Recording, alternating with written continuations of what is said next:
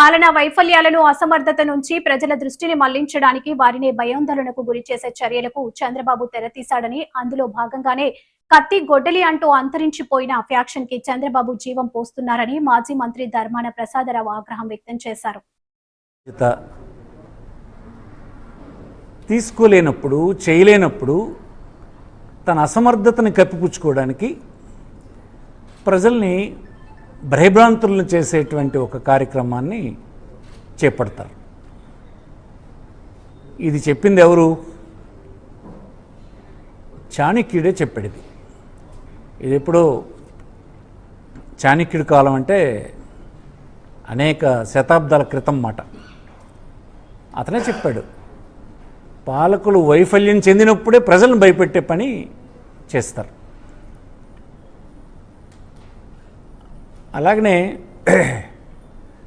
మీరు ఇటలీకి చెందినటువంటి ఒక రాజకీయ శాస్త్రవేత్త 1513లో తన ప్రిన్స్ అనేటువంటి గ్రంథంలో ఏం రాశాడంటే,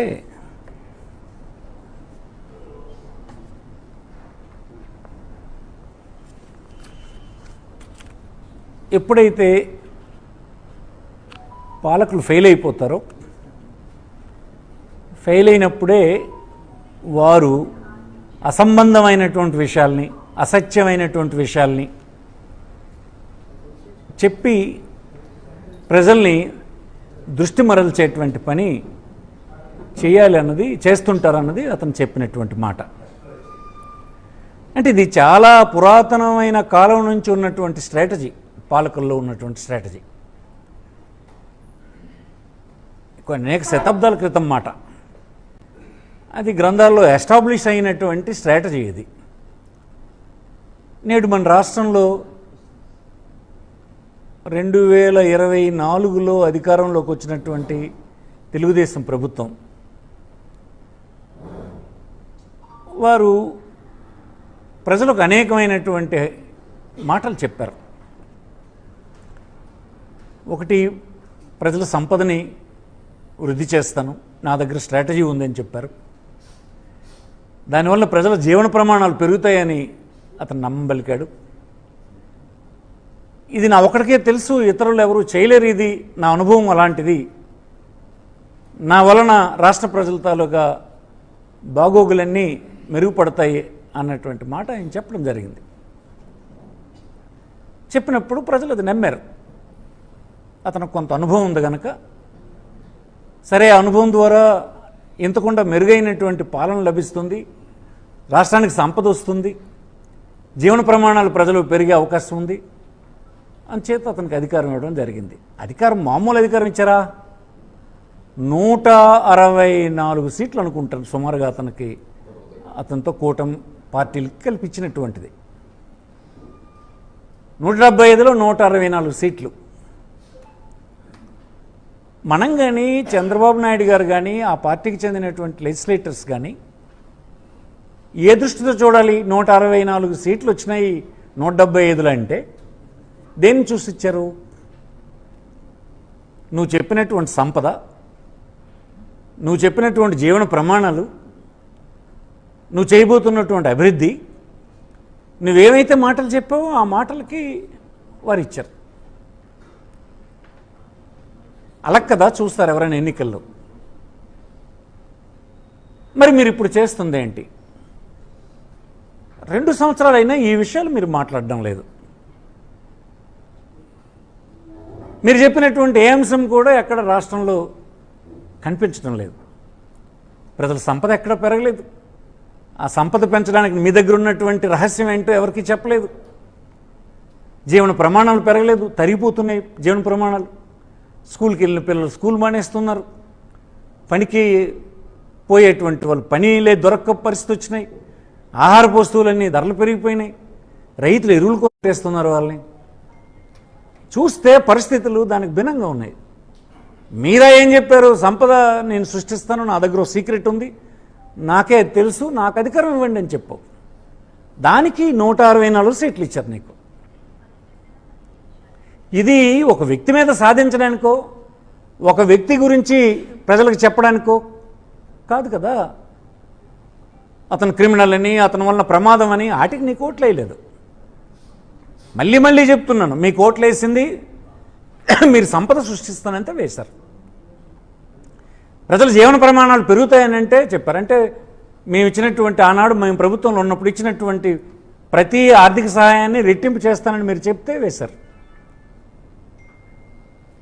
అనేక మంది నిరుద్యోగులకి ఉద్యోగ అవకాశాలు కలుగుతాయంటే వేశారు.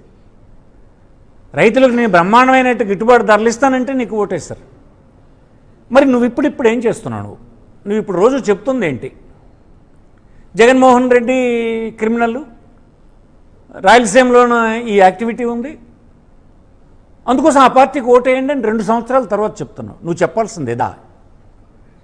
అధికారంలోకి రావడానికి మొదట నువ్వు చెప్పినటువంటి మాటలన్నీ చెప్పి 2 సంవత్సరాలు అధికారం అయిపోయిన తర్వాత నువ్వు చెప్తుంది ఒక వ్యక్తిని చూపించి ఆ వ్యక్తి పట్ల వ్యతిరేకత మీ అందరూ పెంచుకోండి, మళ్ళీ నాకు అధికారం ఇవ్వండి అని ఇప్పటి నుంచి నువ్వు స్టార్ట్ చేసావు. అంటే నేను ముందు చెప్పినటువంటి మావిగన్ కాదు, ఇక్కడ ఉన్నటువంటి ఈ శాస్త్రజ్ఞుడు చెప్పాడు, ఇటలీకి చెందిన శాస్త్రజ్ఞుడు ఏదైతే చెప్పాడో మాకియావెల్లి ఇతని పేరు 1513లోనే చెప్పాడు. అతను చెప్పినట్టుగా నువ్వు స్ట్రాటజీని మార్చేసావు. ఆ స్ట్రాటజీని ఉపయోగిస్తున్నావు నువ్వు. ఈ స్ట్రాటజీలో రోజు అతను వాళ్ళ కుటుంబం ఇలాంటిది, రాయలసీమ ఇలాంటిది, ఇదంతా రక్తం, గొడ్డలి, కత్తి, బాకులు, హత్యలు అంటున్నాడు. నిజానికి ఇప్పుడు అది ఉందా? రాయలసీమ ప్రాంతంలో అది ఎప్పుడో ముగిసిపోయిన అధ్యాయం. అది రాజశేఖర రెడ్డి కాలంలోనే ఫ్యాక్షనిస్టులందరినీ ఒక చోట చేర్చి అందరినీ కన్విన్స్ చేసి ఆ ప్రాంతంలోనే ఫ్యాక్షనిజం అనేది లేకుండా చేసినటువంటి గొప్ప నాయకుడు రాజశేఖర రెడ్డి. తను నష్టపోయినా కూడా క్షమించే గుణం ఉన్నవాడు గనక ఆనాడే ఫ్యాక్షనిజం రాయలసీమలో పోయింది.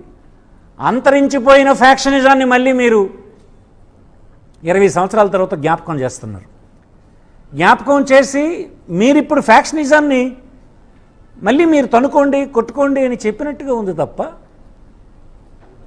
రూపుమాసిపోయినటువంటి ఫ్యాక్షనిజాన్ని మళ్ళీ మీరు జ్ఞాపకం చేసి వాళ్ళందరి మనసుల్ని గాయపరిచి మళ్ళీ అలాంటిది జరగాలి ఇక్కడని కోరుకున్నట్టుగా కనిపిస్తుందే తప్ప, ఫ్యాక్షనిజం అనేది ఎప్పుడో మాసిపోయిన అధ్యాయం.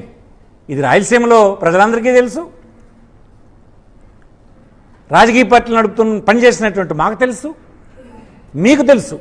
మీరు కూడా రాయలసీమ నుంచి వచ్చారు. ఇవాళ రాయలసీమలో ఈ ఫ్యాక్షనిజం ఉందా చెప్పండి? అంచేత మీరు స్పష్టంగా మాకియావెల్లి చెప్పినట్టుగా డైవర్షన్ చేసి ప్రజలతో అలా దృష్టి మరల్చడానికి ఎందుకు? నువ్వు ఇస్తున్నటువంటి గిట్టుబాటు ధర రైతులకు ఇచ్చేది. మీకు మా వార్తలు నచ్చినట్లయితే మా ఛానల్ ని సబ్స్క్రైబ్ చేయండి, లైక్ చేయండి, కామెంట్ చేయండి. మరిన్ని వార్తల కోసం R9 టీవీ ఛానల్ ని చూస్తూ ఉండండి.